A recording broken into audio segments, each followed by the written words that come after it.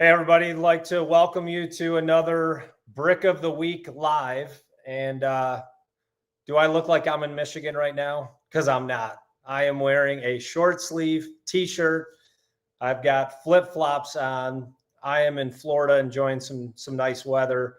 Getting a little break. I needed a break going hard here. So really excited about today's episode. We talk a lot about the worst decision in life, right, is to not make decisions. Those decisions create action. That action creates feedback. And then that gives you more data to make better decisions down the road. And over the last 6 months, we've gone through a lot of that process of testing, failing, learning, and growing, testing, failing, learning, and growing. A lot of people test and fail, but where they miss out is they don't take the time to actually learn what failed and why. And if you do learn from it, then it really isn't failure. It's a learning opportunity. Steve Jobs says the worst teacher in life is success. And I know that we all talk about our exits and founding companies, but 99% of the time you're getting beat up every day. But as long as you have a framework and a blueprint to follow, you can at least have that iterative process of testing, failing, learning, and growing. So today, I want to welcome a guest. He's been a member of the House of Bricks community now for at least 6-7 months. It's all blending together. I'm spending so much time on LinkedIn and Zoom. I don't really even know what day it is. But Eric, I'd like to have you join us here on the Brick of the Week Live. Thanks, Adam. I really appreciate you inviting me to do this today. Great to be here.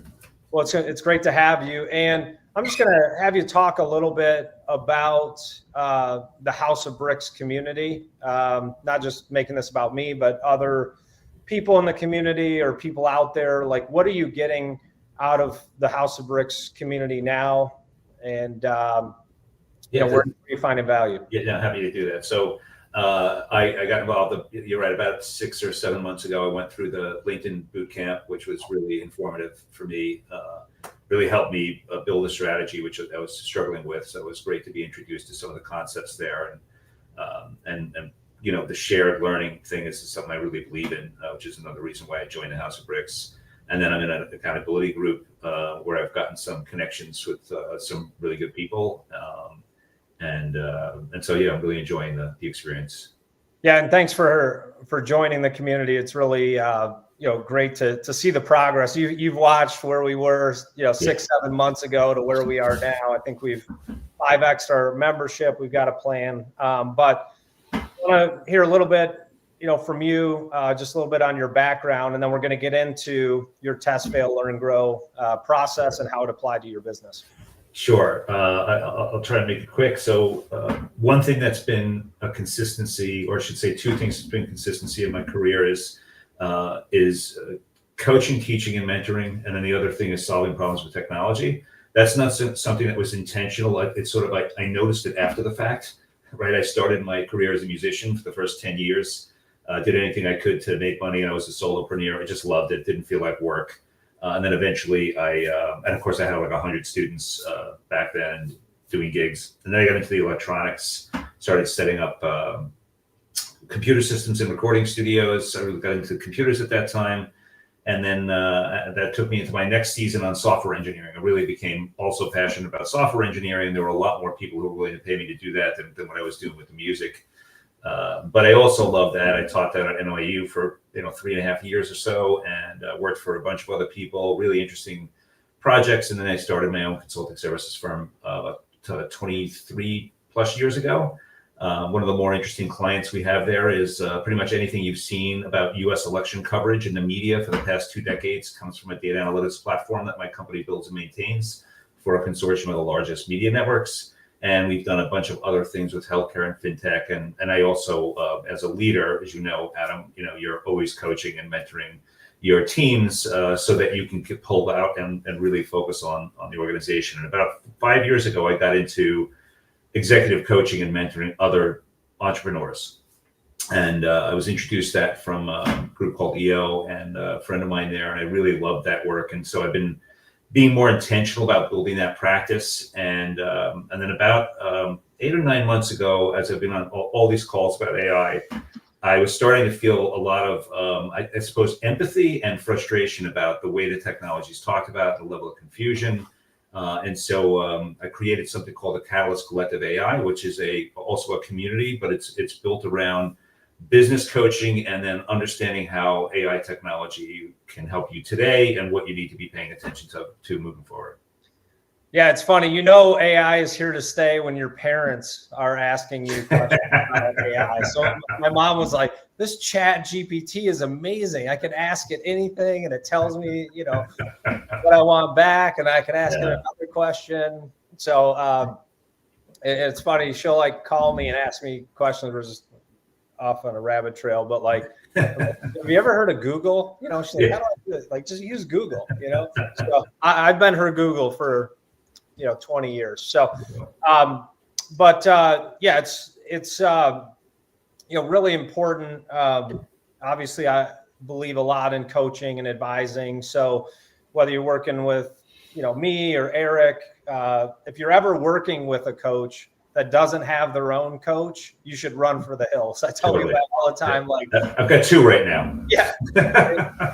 I need a third. So, Michael Jordan needs a coach. We all need a coach for whatever it is that we're doing. And you saw the power of that coaching, right? When they brought in Phil Jackson and the dynasty that they had. So that's what you're doing now. AI, talk a little bit about that. People, if you don't know what AI is, just get off this live stream right now.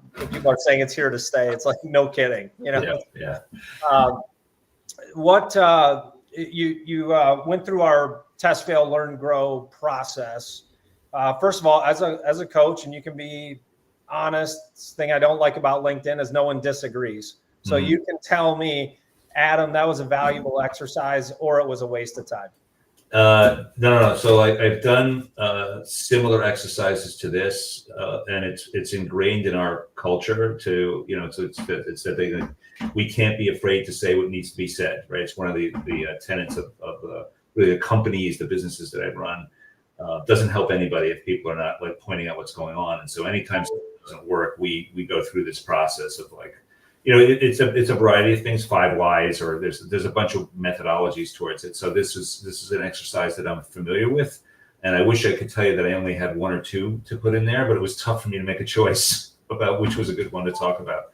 Hopefully, this one is relevant and will resonate with a lot of folks. Well, now you're just teeing me up because we're talking about the simple operating system right now, right? And so the first letter of simple is S, and that's the strategy. So the process you just went through of determining what you wanted to test, fail, learn, grow is the first part of our simple framework. So you had your strategy, kind of figuring out what did you pick and why, what was the big risk you wanted to take? And was it a big risk? Are you more of a micro risk, make a lot of small decisions, or did you swing for the fences? On this one, I would say I've had a couple of swing for the fences. This one was in that category. It was hundreds of thousands of dollars for me to do this experiment, which was a larger experiment than I have done in the past. Because it was my money. I wasn't spending somebody else's money, right? So, yeah, you're never a founder until you're paying the bills. That's it. So and you can't understand it until you are. Yeah. So talk to us, walk us through the process. What were you trying to do? What did you test? So my consultancy, this is maybe 5 years back or so, was doing really well. But it was like it ebbed and flowed, right? We would have really good years, then it was kind of come down, then it would go up again. And it was all a relationship business, as a lot of service businesses are. And at the time, I was not that interested in networking and social media and doing some of these things that require a lot of time for building relationships. I wanted to do something more traditional, if you will, like build out an SEO presence for the company, really have a salesperson that's seasoned in the space, really knows how to do cold outreach and can bring some business to the table. And so I decided to do that. I carved out a budget, a chunk of change. I was going to give it a year. I found what I thought would be a really great person who was in the space that we were in, who wanted to own all of the lead source, the gen, the whole thing, which is really what we needed. And and we put it and we plugged it into our exec team. We used an operating system also for our business, so it's very methodical about how we put everything together and process oriented with lots of metrics and all that. So we plugged all that into our system, and in the end, the business grew through relationships. So like all that activity, it really, I shouldn't say all of it, but some of the activity was useful. I mean, the stuff that we did for the website, when you meet somebody, what's the first thing they do? They go to your LinkedIn profile and they look at your website, right? So it's not that didn't have. I'll say maybe on the second one. Yeah, maybe. That's right. Maybe. You're right. Yeah. Maybe, right?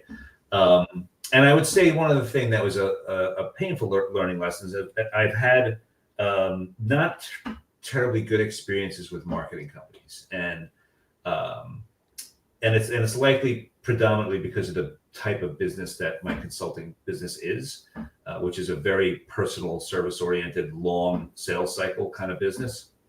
But we did hire somebody also from a marketing perspective and told them to focus on getting some SEO leads. And they focused so hard on getting SEO leads and got us we were second behind Deloitte in some of the categories. But it's work that we didn't want. Yeah. And even though I was telling this person okay, I'm glad you're, okay, you got skills. That's great. You beat Deloitte for almost no spend. However, that's not the work I'm asking you to try and get for us. Right. So we had a couple of failures there, and we failed reasonably fast with that piece. I did give the salesperson a full year, and just from a perspective, because I know you're a process guy, so I think you appreciate this. When we would get together as an exec team and evaluate what was happening, it was never why isn't this guy producing, right? We always got together in a team and said, okay, we have a problem here, right? We're investing this money. Something about what we're doing with him in the mix isn't working. So what do we need to do different? And so we worked together as a team to try and turn that around. And like I said, we grew, but we grew through relationships, not through the cold outreach and the salesperson. So I'm going to ask you a question. Should you have terminated the salesperson sooner than you did? Yeah, I think that's an accurate statement. I think if I were to say to you, one thing I learned about myself personally, right? Because as I'm kind of realizing I have the test, learn, fail, growth up here, that there's the accountability piece about what I should have done is there, but there's another piece that you're bringing up, which I'm glad you asked me the question, is part of the reason I did not pull the plug is I didn't know what the plan B was yet. Yeah. And so I waited longer than I should have. I should have pulled the plug probably about 6 months in. So if you think about it, that's an expensive time period to hold on to. And I'm smiling because I always tell people hire slow, fire fast. Yeah. And I was in this CEO summit a couple years ago, and it's something I say often. And I'm going through this scenario in my company. I'm like, yeah, I've got this sales guy. I think next month is the month. He's got a good pipeline, all that. And who am I going to replace him with? And finally, one of the guys just looks at me and he's like, Adam, do you not eat your own dog food? You're telling everyone else to fire fast. And you're sitting here if you were coaching me, you would have told me to let this guy go 3 months ago. So, you had your vision, you tested, and again, you failed somewhat, but it sounds like you learned in the process. When do you know when to change direction, and how do you learn from the mistakes you've made? The changing the direction became apparent because we didn't just hire somebody and then walk away and say, okay, let me know. We're gonna look at the numbers. Let me know. It was never like that, right? We have very methodical processes of, status meetings and monthly check-ins and quarterly check-ins and so on for a strategy. So every time we were like, okay, what can we do to, either get more leads, get more calls, get more closings? We looked at each of these things and made some adjustments every month as we went along to try and increase that, including bringing some third-party people in to help us out. So when it comes to knowing when, I also want to say, I got to this place when I was looking at my financial modeling that the hypotheticals for the future, if this didn't change, we're not looking so hot. Right. So like, I've got good modeling with a bunch of different hypothetical scenarios. And one of them with this piece not changing was like, okay, this we got to do something. This is about as much as I can tolerate from a perspective of the loss factor. But do you have a learn moment or a trigger? Because, you know, a lot of people fail too often for too long too. And that's where coaching and advisory comes in, right? But do you have some sort of, is it gut instinct? Do you have, like, how do you know when to change direction? You know, I think the way that I look at it now from that experience is that you should be able to do just about anything in a quarter, right? And like, so when I look back on that, we invested a good amount of money, got some talented people. The exec team is locked in already. In one quarter, we should have been able to really move the needle with that much firepower behind us. And in hindsight, and this is kind of how I operate since this happened, by the way, like when we look at a quarter, I'm like, this, we've got to do something. Now we don't, you know, you always want to go a little bit higher than what you really think you're going to reach. But since we weren't moving the needle really at all, I should have pulled the trigger after the first quarter and just said, this is not working. Right. So you've learned through that process. Then do you kind of reset the strategy? And it probably varies on the situation. How do you get from learning to growing? So the first piece is to understand what happened, right? Like where's the accountability? So I certainly, you know, the buck stops with me. So like, what was my role in this? And I would say the two pieces. One was the inability to fire faster, as you brought up earlier, right? Where I chose to, you know, I chose one pain over another pain, right? The one pain was like, oh, if I fire this guy, what am I going to do now? The other pain is like, I got to fire this guy and do something else, right? So I chose the wrong pain, I would say. And I would never mind about how that impacted me. It impacts my team. You know, my team was going through that with me for another, whatever, 6 to 9 months. That was unnecessary. The other piece I'd say, Adam, is that, you know, as you know, one thing that's really nice about business people is most of them, especially entrepreneurs, they will talk to you about anything. Because like you said, it's yes, there's competition when you're in the same business, but it's a lonely seat, right, to be in.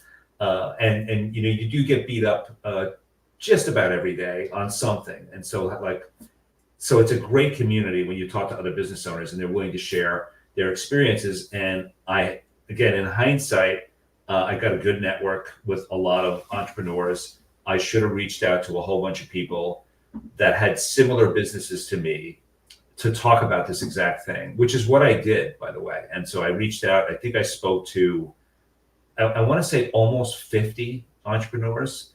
And I told them the story that I've already told everybody here today. And I can't tell you how many people were like, oh yeah, I made that mistake also. I did the same thing, you know, and now I do it this way, right? And so it was another learning experience of like, it's highly probable that almost anything you're going to do in business, somebody's already done, right? And so talk to those people about what that pain looked like so that you don't wind up, you know, flushing a lot of money down the toilet. So a couple things there. You had the quote of the show, and it'll probably be the quote of the week, which was pick your pain, right? And when you suffer now or suffer more later, usually, right? Yes. So that's a good just reminder for us. Like there's going to be suffering at some point, and the longer the problem compounds, the bigger the suffering is, and it just delays the reset and the growth opportunity.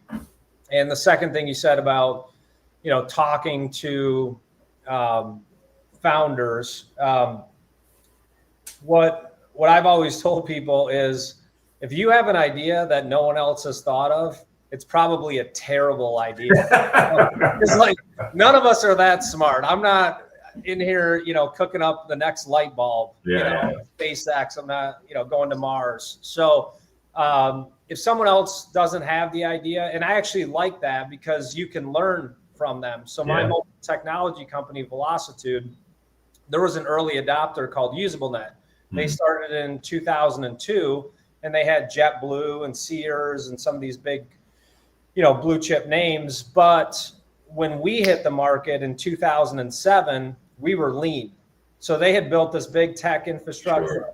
All these so we came in, you want this feature, you want mobile ticketing, you want airport maps. Like I had a couple engineers in the closet just cranking stuff. Right. How do you do that in 24 hours? So it's not always good. In fact, I'd say it's 99% of the time bad to be first in business. You want to be, early market cycle, but being first is very difficult.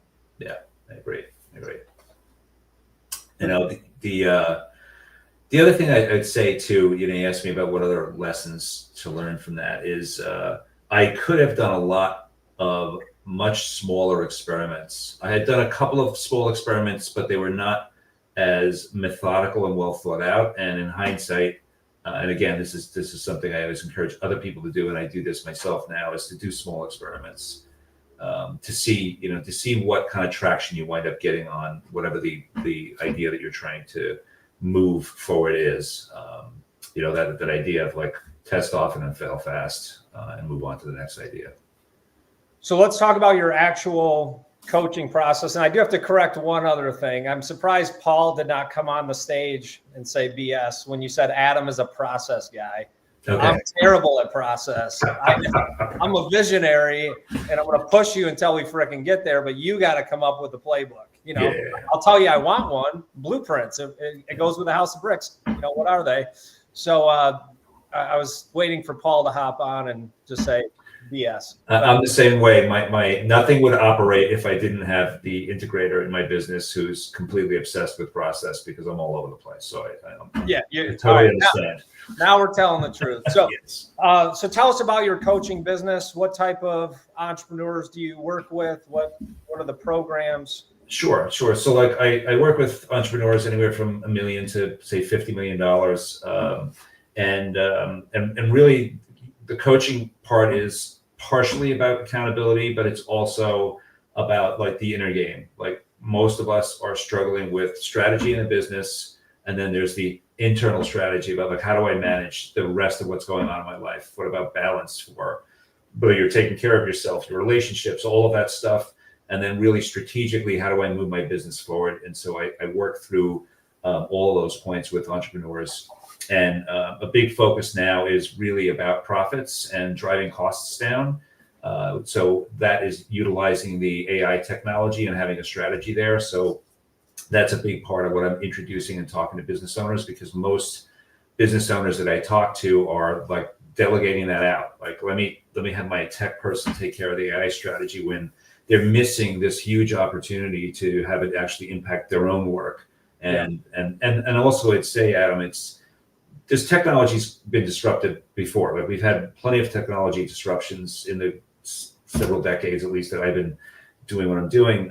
This one is faster, and the surface area is much broader. Mm-hmm. And so I do think it requires a new way of not only thinking about it for yourselves, but like making sure that your people know that you're not in a mission to get rid of them, right? This is all about empowering, right? Empowering people to be able to do more than they can now. And do you have tell me about the actual coaching program. So is it, do you have a course that people go through? Like, I'm an entrepreneur, I want to work with you. What? So I do coaching, and for one-on-one coaching, I do that in 90-day blocks. So there's usually like a 2-hour kickoff call, and we really kind of identify what the hot button topics are, and then also do the status of where we are, right? We all have things going on in life. We can't boil the ocean, so we got to figure out what we're going to focus on, and then coming up with some measurable goals. And part of it for me is, by the time that 90 days is done, something about their lives or their business is far outweighs what my fee is.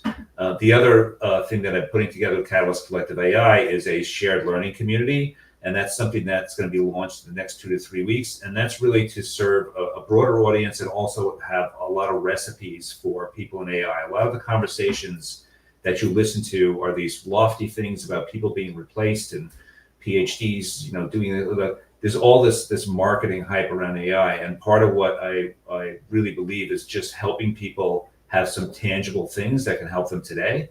And so the shared learning community is about a community of supporting each other, and then also having some recipes they can use or templates today to help them get some of the things that they're doing that are annoying. Like, we want the annoying work to go away, not necessarily the creative stuff that we like to do. Right. And I think you mentioned this, but just for clarity, so is it business and life coaching and mindset? Is it just business? So I don't think you can do business coaching without talking about the mindset. So I always like to make sure that people who work with me understand, like, that's an important place for me to go with a business owner, is knowing that they're willing to be honest and vulnerable about what's going on, because that's really where you see the advancement and things take off, right? When people are really able to get real with you. And so I focus predominantly on business strategy, but that piece has got to be in the mix. And does most of your business come through LinkedIn? How do you generate? LinkedIn and networking. Okay. And I've also started doing some in-person events. I did an in-person event called Human-Centric AI. And that was a group of business owners and professionals talking about what's going on with AI to enable them to walk out from this state of fear, trepidation about what's coming, to feeling empowered, like getting them plugged into something. And so I'm going to continue to do some in-person events, and I'll probably do some of those virtually on LinkedIn as well. Oh, that's great. And so if we were to kind of bring this all home,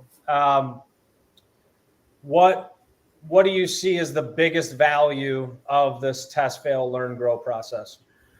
I think there's a few things. One of them is be methodical in what you're going to try, and try something small first to test. And like, one of the things that I use is like this idea of like these green light calls, right? So it's a structured spreadsheet of questions. And then I reach out to a bunch of people in my network, and I just tell them what I'm thinking about doing, and find out if it's a terrible idea or not, right? And then, so that's a process about making sure that even before you spend money to test an experiment, you validate it verbally, and then do your tests and assess the data that comes from that test. And if it's not working, fail fast. If it is, you can double down, move forward. Let the data speak to you. Take micro action. Totally. It will tell you, because 9 out of 10 times you're wrong. Yeah. And where you want to go may be right, but how you're going to get there is going to be wildly different. I promise that for everyone out there. So just making things actionable for our listeners today. You know me, I'm all about progress and action. If you're listening today, between Eric and I love when people put this on their website, like 180 years of coaching experience. Yeah, I don't know what that 3 means. people that have coached for, it's like 180 years. Yeah. So we've been coaching a long time, and we've talked to more founders than most of the people out there. So there's some great advice here. If you're looking to learn more about House of Bricks community, you can connect with me. If you want to work with Eric as a coach, absolutely reach out to him. He's been a great member of our community, and brings wisdom for sure in the process. So I want to thank everyone for joining today. Take some action, test, fail, learn, grow. Let data drive your decisions. Continue to read and react and make progress. So thank you, everybody, for joining, and we will see you next week on the Brick of the Week. Thank you, everybody. Thanks, Adam. Take care.